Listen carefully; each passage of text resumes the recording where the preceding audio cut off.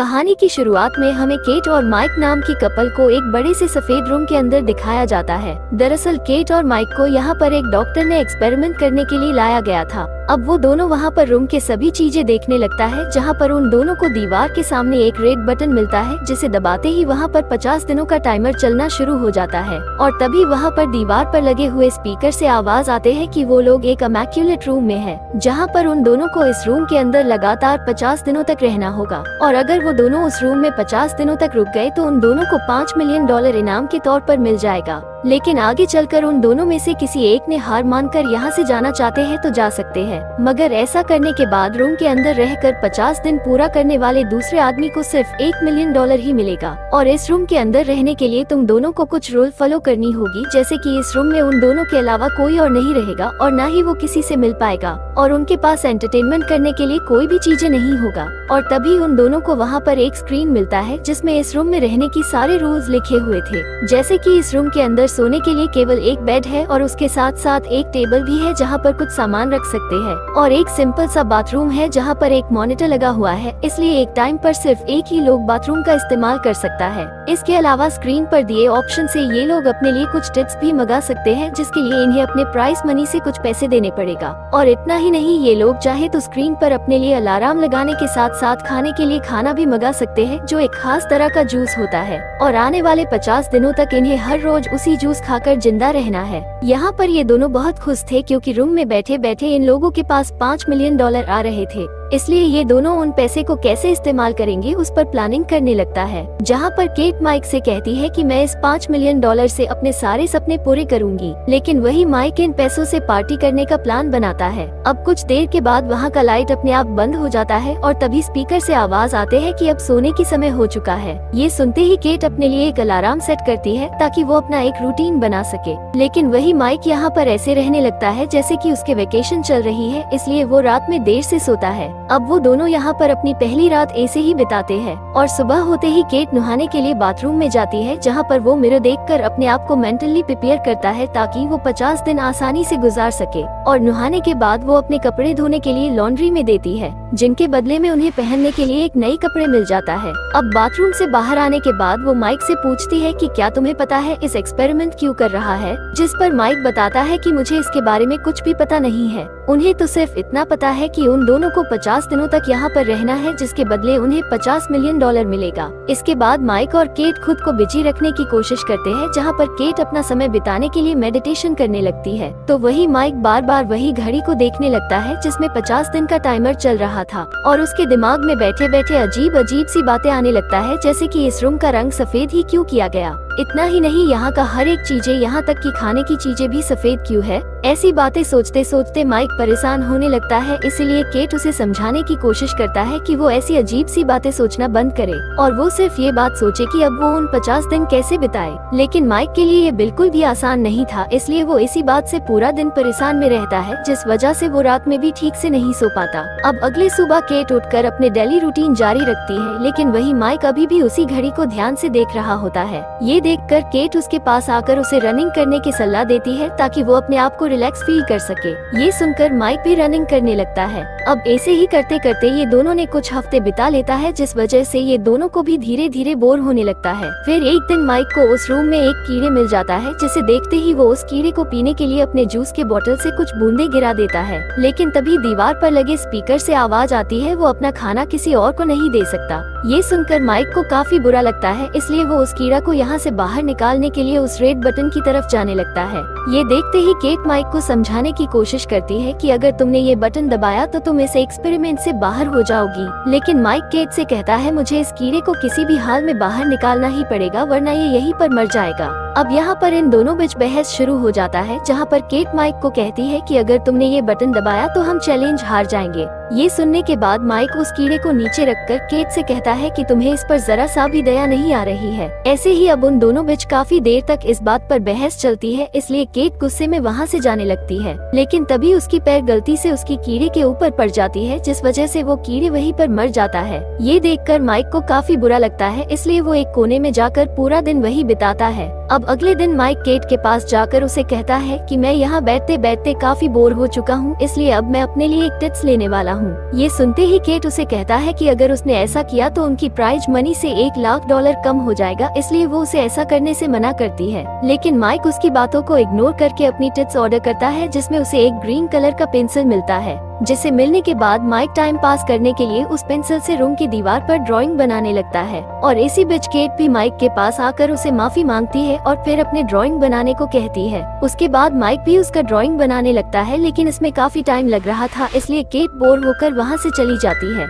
अब कुछ समय के बाद ड्राइंग बनाते बनाते माइक का पेंसिल भी खत्म हो जाती है। माइक ने यहाँ पर पूरे दीवारों पर ड्राइंग बनाया था, जिसे देखकर केट बहुत परेशान हो जाती है। उसके बाद वो दोनों एक साथ सो जाती है। अब ऐसे ही करते करते 30 दिन बीत जाता है। तो फिर एक दिन जब केट बाथरूम जाती है तो उसे वहाँ पर एक गन दिखाई देता है, जिसे देखकर माइक और केट दोनों ही हैरान हो जाते हैं कि ये गन कहाँ से आया। उसके बाद वो दोनों उस गन को उठाकर अपने बेड के नीचे छुपा देते हैं। अब कुछ दिनों बाद उन लोगों को एक वीडियो दिखाया जाता है, जहाँ पर उनकी फैमिली की रिकॉर्ड किए गए वीडियो मैसेज होता है, जहाँ माइक के बहन माइक से कहता है कि वो उसे काफी मिस कर रही है और माइक अपनी बहन को देखकर बहुत खुश होता है। उसके बाद अब केट को उसके पिता का वीडियो दिखाए जाते हैं, जिसे देखते ही केट उस वीडियो बंद करने को कहती है, लेकिन उसके कई बार कहने पर भी वो वीडियो बंद नहीं होती। इसके बाद वो बाथरूम में जाकर जोर जोर से रोने लगती है, जिसे देखकर माइक उसे समझाने की कोशिश करता है। और तभी केट माइक से कहती है कि उसके पिता बहुत ज्यादा ड्रिंक करते थे और अपने शराब की नशे में उन्होंने सब कुछ बर्बाद कर दिया, और उसी दिन से उसने अपने पिता से नफरत करती है। अब थोड़ी देर के बाद वो दोनों एक साथ सो जाते हैं और जैसे ही कल सुबह अलार्म बजता है तो केट बेड से नहीं उठती है, क्योंकि वो अपने पिता के वीडियो देखने के बाद डिप्रेशन में चली गई थी। जिसे देखकर माइक केट को समझाते हुए कहता है कि इस रूम में हमारी 50 दिन पूरे होने में सिर्फ 2 हफ्ते ही बचे हैं, इसलिए अब हमें हिम्मत से काम लेना चाहिए। लेकिन केट को उस बात से कोई फर्क नहीं पड़ता और सारी दिन बेड पर सोती रहती है। अब यहाँ पर माइक केट को खुश करने की काफी कोशिश करता है, लेकिन उससे भी केट पर कोई असर नहीं होता।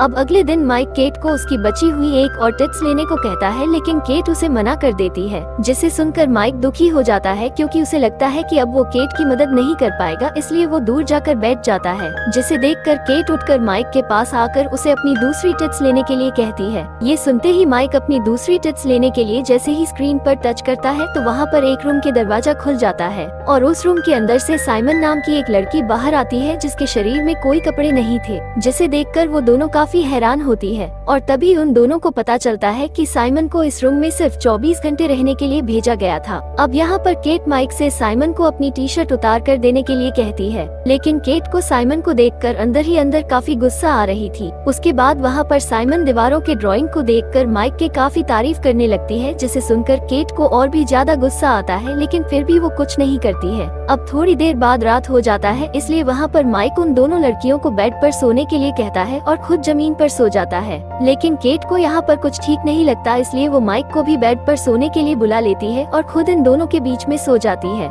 अब अगली सुबह जब केट उठकर देखती है तो साइमन बेड पर नहीं होती, जिसे देखकर केट को लगता है कि शायद साइमन यहाँ से जा चुकी है। लेकिन वो जैसे ही बाथरूम जाती है तो वहाँ पर साइमन बिना कपड़े के ही घूम रही होती है। अब वो बाथरूम से बाहर आके अपने टिप्स लेने के लिए स्क्रीन पर टच करता है तो उसे वहाँ पर एक नशे की गोलियां मिलती है। उसके बाद वहाँ पर वो तीनों मिलकर उन गोलियों को खा लेती है, जिसके बाद उन तीनों को नशा चढ़ जाता है और तीनों मिलकर डांस करना स्टार्ट कर देते हैं और वो तीनों एक दूसरे को किस भी करने लगते हैं। लेकिन तभी माइक को हेलुसिनेशन होने लगता है, जहाँ पर उसे अपने हर तरफ खून ही खून दिखाई देता है, जिसे देखकर उसे कुछ भी समझ में नहीं आ रहा होता है कि तभी अचानक वो पानी में डूब जाता है और पानी के अंदर से उसे अपना छोटा भाई भी दिखाई देता है, जो उसके साथ ही डूब रहा होता है। और तभी माइक वापस होश में आ जाता है, लेकिन वो अभी भी काफी डरा हुआ था, इसलिए वो रोते हुए बार बार एक ही चीज रिपीट कर रहा था कि मेरे भाई को डूबने से बचा लो। ये कहते हुए वो यहाँ से बाहर जाने की कोशिश करता है, जिसे देखते ही केट उसे रोक लेती है और उसे समझाकर जैसे तैसे करके बेड पर ले जाकर सुला देती है। उसके बाद केट और साइमन एक दूसरे से बातें करने लगते हैं, जहाँ पर साइमन माइक की इस हालत के बारे में केट से पूछती है, जिस पर केट उसे बताती है कि बचपन में माइक और उसके भाई खेल रहा था, लेकिन अचानक उसके भाई पानी में डूब गया, लेकिन माइक नशे में होने के कारण अपने भाई को बचा नहीं पाया, इसलिए आज भी उसे इसी बात से परेशान करते रहते हैं। यहाँ पर ये दोनों आपस में काफी टाइम बातचीत करती रहती है और थोड़ी देर बाद माइक भी उठ जाता है। उसके बाद वो साइमन के पास जाकर बैठ जाता है, जहाँ पर वो दोनों अपनी अपनी लाइफ के बारे में बातें करने करने लगते हैं, जहाँ पर साइमन बताती है कि उसने अपनी माँ को बचपन में ही खो दिया था। यहाँ पर दोनों अपने फैमिली मेंबर्स के गम को शेयर करने लगते हैं, जिससे दोनों के बीच रिलेशन और अच्छा हो जाता है। और तभी साइमन माइक का हाथ पकड़कर उसे रिलैक्स फील करवाती है, लेकिन तभी केट वहाँ पर आकर ये सब देख लेता है। उसके बाद वो गुस्से से साइमन को गाली करने लगती है और वो दोनों बीच बहस होना शुरू हो जाता है, जिसे सुनकर माइक को भी काफी गुस्सा आ जाता है। इसलिए वो गुस्से में उन दोनों पर चिल्लाकर वहाँ से चला जाता है। अब अगले दिन जब केट उठकर देखता है तो साइमन वहाँ से जा चुकी होती है और थोड़ी देर बाद माइक भी उठ जाते हैं, तो उसे कुछ भी ठीक नहीं लगता है। लेकिन साइमन यहाँ से जाने से पहले माइक के लिए दीवारों पर एक मैसेज लिखकर छोड़ दिया था,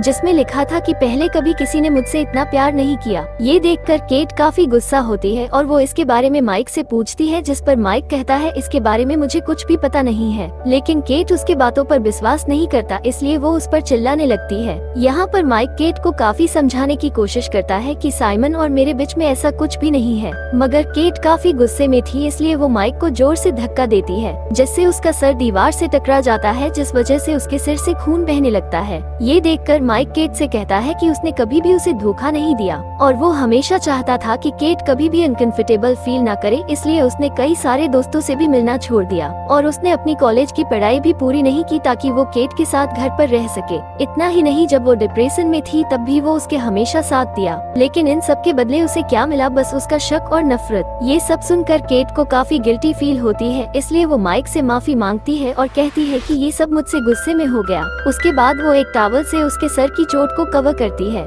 लेकिन यहाँ पर माइक को जल्दी से एक डॉक्टर की जरूरत होती है, इसलिए वो केट से कहता है कि मैं इस गेम को छोड़कर बाहर जा रहा हूँ। ये सुनकर केट उसे बाहर जाने से रोकने की कोशिश करता है, लेकिन माइक उसकी बातों को इग्नोर करके वहाँ से बाहर की तरफ जाने लगता है, जिसे देखकर केट अपने बेड के नीचे से वो गन निकालकर माइक को ताक देती है, मगर माइक नहीं रुकता, इसलिए केट अपने गन से ऊपर छत पर गोली चलाती है, लेकिन फिर भी माइक रुकने का नाम ही नहीं लेता और अंत में वो दीवार पर लगे रेड बटन को दबाकर वहाँ से बाहर निकल जाता है। अब इस रूम में केट अकेली रह जाती है, इसलिए अब उनके पास अब सिर्फ 1 मिलियन बचे थे, लेकिन उसके लिए भी उसको 50 दिन पूरा करनी होगी। माइक यहाँ से जाने के बाद केट काफी रोती है, जिस वजह से वो पूरा दिन उदास रहती है। अब अगले सुबह केट उठकर माइक की पेंटिंग देखते हुए उसे काफी मिस करती है। अब केट को इस रूम के अंदर 50 दिन पूरा करने में सिर्फ 2 ही दिन बचे थे, लेकिन केट अकेले होने की वजह से उसे 2 दिन भी पूरा करने में काफी मुश्किल पड़ रहा था, जिस वजह से वो यहाँ से निकलना चाहती थी। इसलिए वो यहाँ से निकलने के लिए अपने हाथ उस रेड बॉटम की तरफ ले जाती है, लेकिन तभी सीन शिफ्ट होकर हमें कुछ महीने बाद का सीन दिखाया जाता है, जहाँ पर सुबह माइक रनिंग कर रहे होते हैं कि तभी उसे रास्ते में केट मिलती है, जिसे देखकर वो केट के पास जाता है और वहाँ पर केट उन सभी बातों के लिए माइक से माफी मांगती है और वही माइक भी अब केट को माफ कर देता है।